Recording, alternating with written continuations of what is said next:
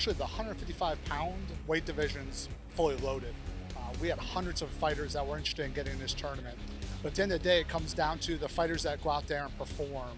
We narrowed down to about 14, and we studied the film on a couple of them that already performed for us, and we realized that Jim Ayler's 3-0 bare knuckle with 3 knockouts, and Caleb Harris 2-1 with 2 knockouts.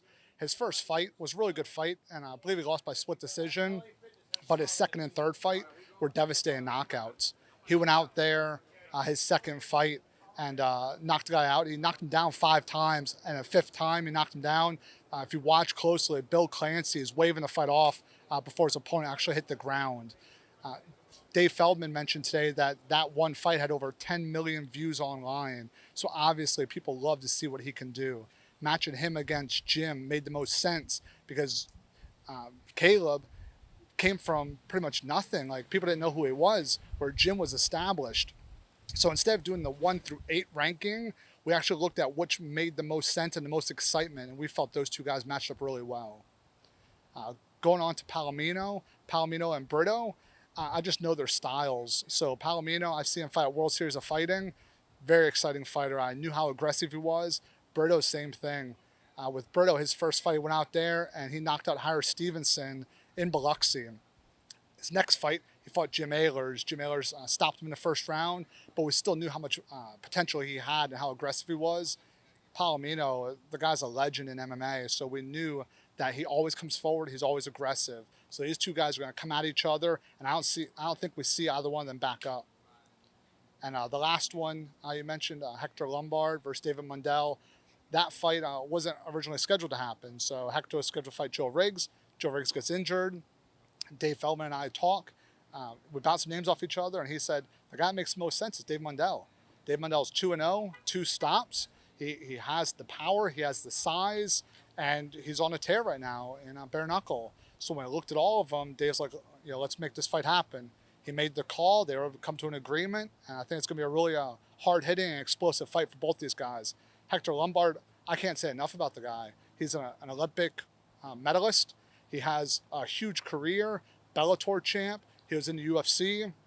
So it only makes sense that he's got a headline any card that he's on. In boxing, you have an A side and a B side, especially in your first couple fights with guys. In bare knuckle, how do you determine who's an A side and who's a B side? It's a new sport. I don't know many fighters that train specifically bare knuckle right now. A lot of fighters train boxing. They might train MMA, which is a combination of disciplines, but there's a handful of guys that only train bare knuckle right now. So when I look at these guys, a lot of people counted Artem Lobov out when they fought Paulie Malignaggi because Paulie is a world-class boxer. I mean, the guy's accomplished so much in the boxing world. Artem went in there and beat him. So coming in and saying that just because one guy is a phenomenal world-class boxer and the other one might not be or might not be known, I think it takes away from them because one punch puts people to sleep in a sport.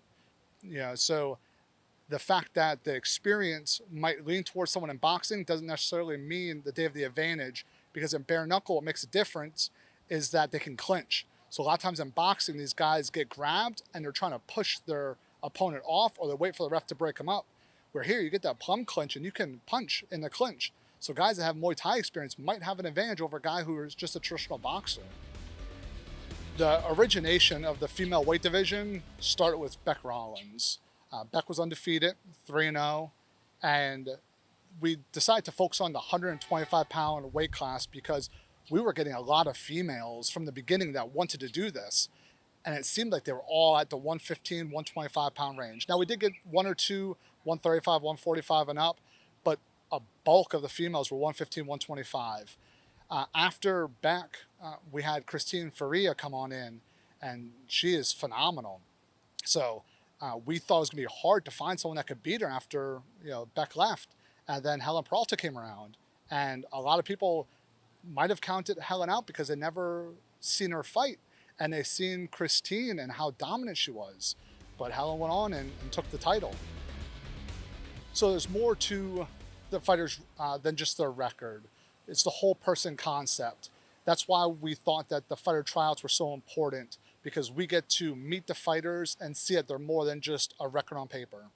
We've done several already, Philadelphia, Florida, And having the fighters come out and meeting them and seeing and talking to them in person, I think does a lot more than just seeing their record online. Because let's face it, a guy can be 20-3 in MMA, but then you look at his record and he has 16 wins by submission. That doesn't mean he's going to translate into being a good bare knuckle fighter.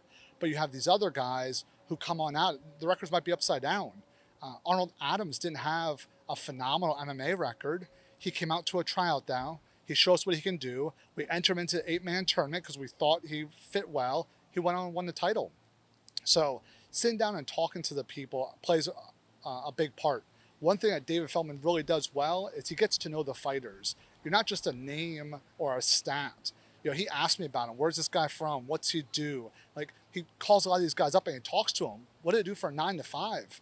Because not everyone can live off fighting. So what are you doing outside of fighting? You know, what do you do for a job? Are you involved in the community? He brought it up today in the press conference that Diaz is involved in his community.